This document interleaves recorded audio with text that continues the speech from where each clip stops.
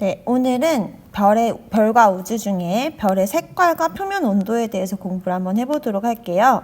자, 우리 별의 표면 온도와 색은 관련이 있습니다.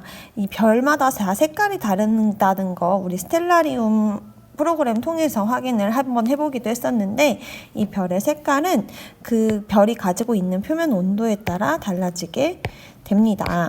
그래서 이 별의 색깔이 우리가 다양하게 있는데요.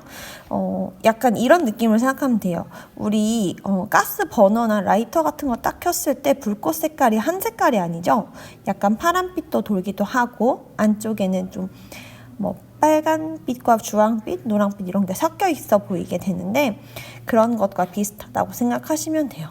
그래서 또는 우리 이렇게 숯이나 아니면 철 같은 거를 달구는 용광로 이렇게 만드는 제철소 같은 데 가다 보면 그 처음에는 붉게 보였던 그런 철들이 점점 뜨거워지면서 하얀색으로 바뀌게 되거든요.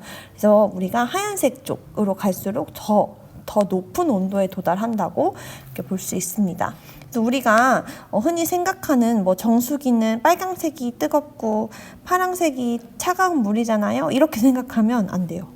그렇게 생각하면 안 되고, 우리 별을 기준으로 봤을 때는 적색 부분이 온도가 낮은 별이라고 할 수 있습니다. 그리고 청색 쪽으로 갈수록 더 높은 온도라고 할 수 있습니다. 그래서 우리가 이 대표적인 색깔이 있는데요. 이 색깔 정도는 여러분들 이 순서 정도는 알고 있어야 돼요. 근데 일단 대표적으로 4가지를 알고 있으면 그 중간 색깔이기 때문에 뭐 청색, 그 다음 백색, 그다음 노란색, 그 다음에 빨강색, 요거 알면 그 가운데 색깔은 섞어서 나오는 색깔로 기억하면 되겠습니다. 우리 빨강과 노랑을 합치면 주황색이 되죠. 그래서 가운데는 주황색이고요. 그 다음에 백색과 황색 섞어서 약간 레몬 색깔? 그래서 얘는 황백색이라고 합니다. 그 다음에 청색과 백색을 섞으니까 청백색이라고 하겠죠. 그 다음에 우리가 여기에 보면 O, B, A, F 이렇게 G, K, M 이걸 써놨는데, 나중에 고등학교 가면 얘를 참고 분광형이라고 해서 배울 겁니다. 네, 분광형이라고 해서 나중에 배우게 돼요. 아무튼 그래서 대표적인 별들이 있는데요. 이거를 외울 필요는 없습니다. 외울 필요는 없어요. 이 별이 무슨 색깔이 무슨 별 이런 걸 외울 필요는 없지만, 그래도 문제에서 예시로 많이 나오니까 대표적으로 우리가 봤었던 천체들 위주로 한번 적어 볼게요. 일단 리겔 기억나나요? 리겔 어디서 나왔었냐면 오리온 자리에 있었어요. 그다음에 스피카, 처녀 자리에 있는 스피카, 이런 별들이 좀 청백색으로 좀 온도가 높은 별들이라고 할 수 있고요. 우리가 큰 개 자리에 있었던 시리우스 같은 경우가 백색 별로 유명합니다. 다른 별들도 많은데 그냥 우리가 봤던 거 위주로만 쓸게요. 우리 대표적으로 우리 태양계에 있는 유일한 별, 태양이 황색 별이라고 할 수 있어요. 그래서 나중에 G스타라고 배우게 되는데, 그거는 여러분들이 나중에 고등학교 때 배우시면 되고요. 그 다음에 베텔기우스, 우리 오리온 자리에 또 같이 있었던 천체 중에 하나, 이 베텔기우스가 적색으로 유명합니다. 그래서 이런 거 등등이 있습니다. 그래서 여기서는 표면 온도가 높은 쪽이 청색깔에 가깝다, 표면 온도가 낮은 쪽이 적색에 가깝다, 이렇게 알고 있으면 될 것 같아요. 네, 그래서 지금 오리온 자리가 우리가 이런 식으로 약간 모래시계 모양이거든요. 여기 얘가 약간 허리띠 모양이고, 오리온 그 그림이 원래 있지만 그림은 선생님이 못 그려서 그리지 않겠습니다. 이 오리온 자리에서 이 양 끝에 있는 별이 리겔과 베텔기우스인데, 얘네는 같은 별자리에는 있지만 우리가 이 별자리는 임의로 그냥 지정한 거기 때문에 색깔이 다를 수 있어요. 그래서 베텔기우스 는 색깔이 약간 붉은 계열입니다. 그리고 리겔은 푸른색 계열이에요. 선생님이 파란색으로 안 쓰고 푸른 계열이라고 한 이유는 정확히는 청백색이니까 그냥 대략적으로 푸른 계열이다. 그럼 이 중에 누가 표면 온도가 높은 거죠? 얘가 표면 온도가 더 높다. 그리고 얘가 더 낮다. 이런 거 비교할 수 있으면 되겠습니다. 자, 그래서 요런 거 푸른 붉은 별을 이제 기준으로 해서 우리 뒤에 은하를 배울 때 성단에 대해서 나오는데 제가 조금 먼저 설명을 하도록 할게요. 자, 우리 은하에서 분포하고 있는 별 중에 많은 별들이 모여서 집단을 이루고 있대요. 모여있는 별. 그래서 우리가 이거를 성단이라고 부릅니다. 별의 집단이라는 뜻이에요. 자, 그래서 이 성단의 종류가 크게 두 가지가 있어요. 여러분들이 프린트가 흑백이라 잘 보이진 않겠지만 모양을 보고 판단할 수 있습니다. 지금 모양을 봤을 때 지금 여기 이 왼쪽에 있는 건 약간 공 모양을 이루고 있어요. 그래서 공 모양을 이루고 있다라고 해서 얘는 이름이 구상, 공구, 우리 축구, 농구, 야구 할 때 구, 그래서 모양 상자 써서 구상성단이라고 부릅니다. 별들의 집단 중에 공 모양으로 이렇게 모여 있는 거. 그래서 지금 요 그림은 우리가 스텔라리움에서 봤던 M4의 모습입니다. 얘는 M45 플레이아데스 모습이고요. 아무튼 우리 개 구상성단 기억나죠? 아무튼 얘는 산개성단이고요. 이 산개성단은 뭐냐면 산은 흩어져 있다는 거야. 개는 오픈. 그러니까 얘가 약간 오픈이 개방적이다 이런 느낌 쓰잖아요. 얘가 이렇게 열려 있다고, 흩어져서 있고 이런 뜻입니다. 그래서 얘를 개수를 봤을 때는 얘네 둘을 비교했을 때 얘가 더 많아요. 구상성단은 별의 개수가 훨씬 더 많습니다. 산개성단은 구상성단에 비해서는 좀 개수는 적은 편이에요. 자, 근데 우리가 프린트는 안 나와 있지만 잘 못 보이지만 선생님 화면을 봤을 때 구상성단은 좀 붉은 계열이거든요. 자, 붉은 계열이고요. 상대적으로 산개성단은 푸른 계열이라고 할 수 있습니다. 그렇기 때문에 온도는 어디가 더 높다고 표현할 수 있을까요? 온도는 푸른 계열이 더 높고 붉은 계열이 더 낮다라고 할 수 있어요. 자, 그리고 요거는 참고예요. 나이 같은 경우는 이제 고등학교 가면 배우게 되는데, 그렇기 때문에 별들의 온도가 처음에는 높다가도 막 점점점 식는 경우도 있고, 태어날 때부터 낮은 별도 있고 하지만 아무튼 늙은 별이 여기는 좀 많아요. 요거는 우리 교과서에는 나오지 않기 때문에 그냥 참고로만 알아두세요. 그다음 얘는 어린 별들이 많습니다. 그래서 우리 청소년들이 청춘이다, 너네 진짜 에너지 많다 이런 느낌 쓰잖아. 온도가 높은 쪽, 이게 어린 별들이 좀 많은 편이에요. 그래서 우리 은하에서 분포의 위치는 우리 은하를 아직 배우지 않아서 여기에 쓰기는 좀 그런데 뒤에서 먼저 설명하고 다시 여기 와서 설명할게요. 네, 뒷장 보겠습니다. 그래서 우리가 레이에서도 공부를 했지만 그 레이의 우주 대모험에서 우주 공간에서 수많은 별들로 이루어진 그런 거대한 천체 집단을 우리는 은하라고 합니다. 은하. 그래서 그 중에 또 우리 태양계가 속해 있는 은하를 특별히 우리 은하라고 하죠. 그래서 은하 안에는 수천억 개의 별들로 구성되어 있고 이 안에는 성운과 성단들이 같이 섞여 있습니다. 그리고 이러한 은하들이 또 수천억 개가 있다고 나왔었죠. 자, 그래서 우리는 교과서에서는 우리 은하에 대해서만 공부를 합니다. 물론 레이에서는 안드로메다 은하, 솜브레로 은하 이런 것 등등 외부 은하에 대해서도 공부를 했었지만 일단 우리 은하에 대해 먼저 공부를 해볼게요. 자, 우리 은하의 특징은요. 너무 중요한가 봐요. 별표가 3개나 있어요. 자, 위에서 본 모습과 옆에서 본 모습이 살짝 다릅니다. 위에서 이렇게 내려다 본 모습인데요. 위에다 내려다 봤을 때는 가운데는 약간 막대 모양의 그런 모양이 있고요. 자, 그 다음에 그 레이 옆에 쫓아다녔던 그 로봇 같은 애가 막 팔을 돌렸었죠. 요렇게 지금 팔을 감고 있네요. 이런 식으로. 이렇게. 나선으로 분포하는 나선팔로 이루어져 있습니다. 그리고 나서 우리 태양계의 위치가 이 나선팔 쪽에 이렇게 위치하는 것으로 태양계는 중심에 있진 않은가 봐요. 그쵸?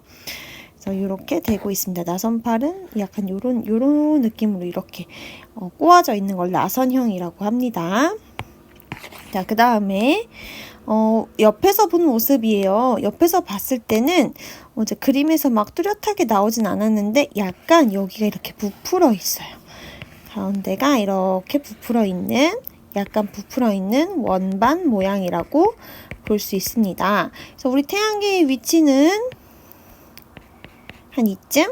그러니까 이 나선팔 부분, 중심에서 조금 떨어진 부분인데요. 일단 은하 여기 지름이 어느 정도 되냐면 하나, 둘, 셋, 넷 여기 잘 안 보이니까 다시 쓸게요. 3만 파섹 정도 된대요.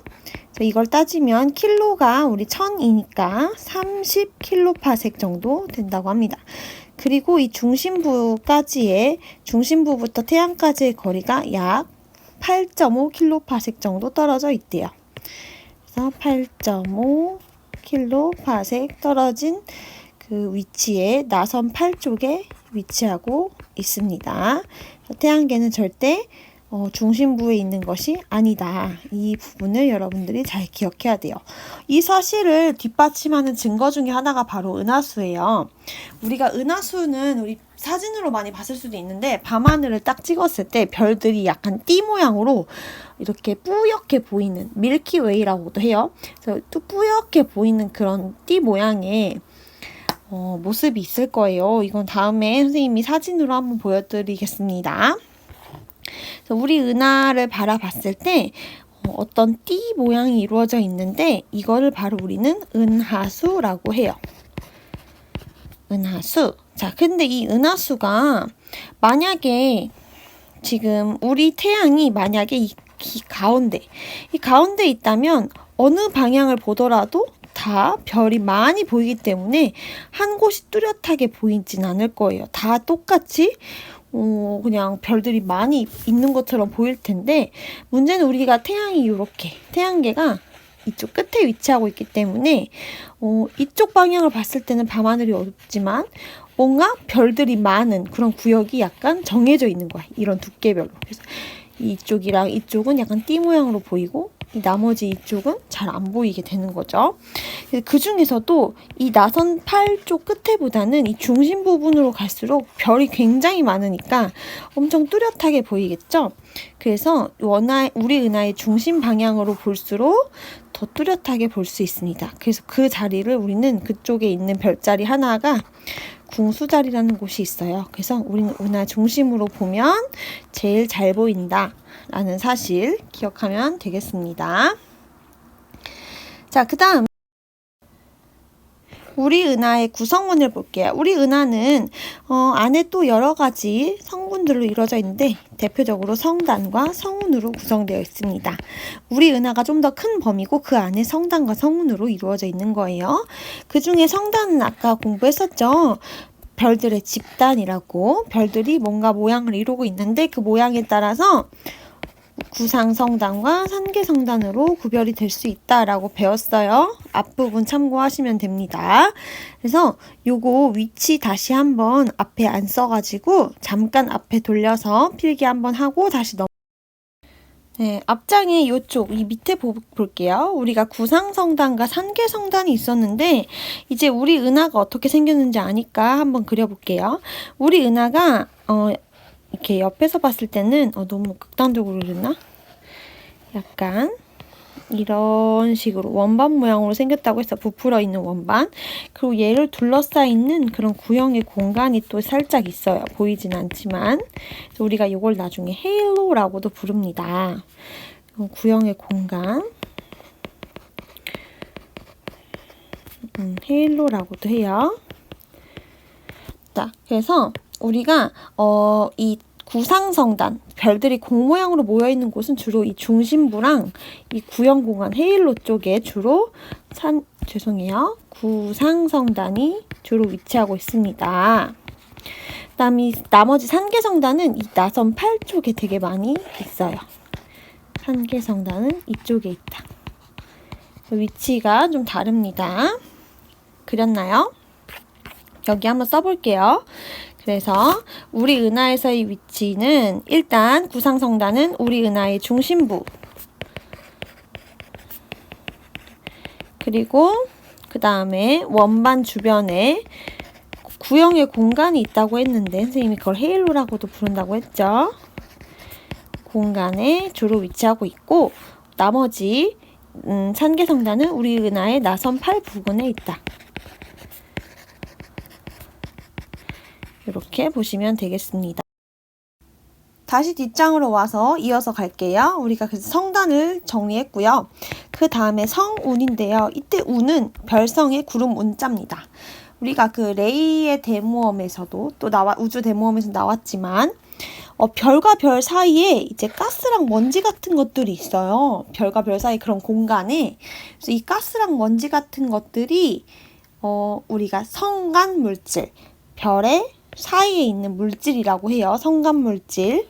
이 성간 물질이 뭉쳐져 있어. 마치 구름처럼 보여. 이런 형태를 우리는 성운이라고 해요.